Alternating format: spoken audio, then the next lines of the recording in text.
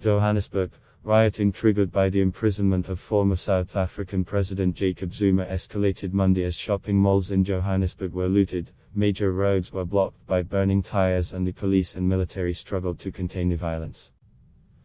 President Cyril Ramaphosa, in his somber address broadcast to the nation Monday night, vowed that the police and army would restore order, and he appealed to all South Africans to work together for peace.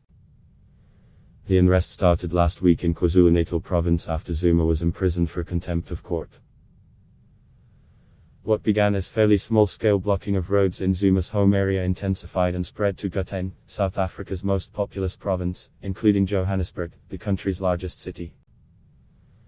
The South African National Defence Force has been deployed to help the police. At least 10 people have been killed and more than 490 arrested, in acts of public violence rarely seen in the history of our democracy, Ramaphosa said. Without once mentioning Zuma, Ramaphosa said that the violence may indeed have its roots in the pronouncements and activities of individuals with a political purpose, and in expressions of frustration and anger. However, what we are witnessing now are opportunistic acts of criminality, with groups of people instigating chaos merely as a cover for looting and theft. He said the root cause of the rioting is South Africa's high rate of poverty and unemployment. This moment has thrown into stark relief what we already knew, that the level of unemployment, poverty and inequality in our society is unsustainable, Ramaphosa said. We cannot expect a lasting and durable peace if we do not create jobs and build a more just and equitable society in which all South Africans can participate freely and equally. He urged all South Africans to refrain from violence. Together, we will defeat those who seek to destabilize our country, he said. We will stand as one people, united against violence, unanimous in our commitment to peace and to the rule of law. Earlier Monday, the looting of retail centers broke out in several of the poorer areas of Johannesburg, including Benmore, Jeppestown, Vosloorus, and Soweto, where the Jabulani and Dobsonville malls were hit. Retail stores in Alexandra, east of Johannesburg, were also affected, and journalists covering the riots for the public South African Broadcasting Corporation and news channel Newsroom Afrika were robbed of their equipment. Several malls, car dealerships and retail centers in more affluent areas of Johannesburg, including Rosebank and Kempton Park in eastern Johannesburg, closed early even though they were not directly threatened. In KwaZulu-Natal, people took appliances, including microwave ovens, television sets and clothing from stores in the Mariannhill and Umlazi areas.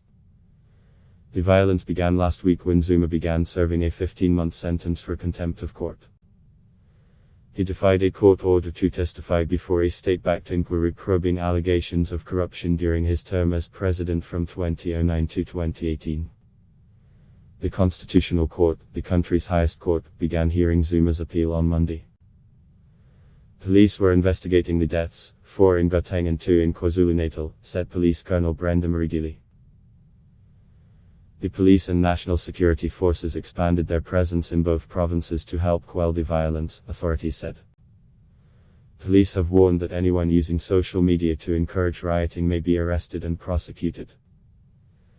The way the political protest against Zuma's incarceration turned into wider rioting and looting highlights South Africa's widespread poverty, unemployment and economic disparity, analysts said. Many rioters were just poor, said Susan Buizen, director for research at the Mapungubwe Institute for Strategic Reflection. It is such a mixed bag because some other people are just taking advantage so they can grab things they could not have before, Buizen said. There is poverty and inequality. We also know that some are criminals looking to benefit. Often legitimate protests are exploited for that purpose, she said. Ralph Matheka, a researcher at the University of the Western Cape, agreed that the political demonstration had been overtaken.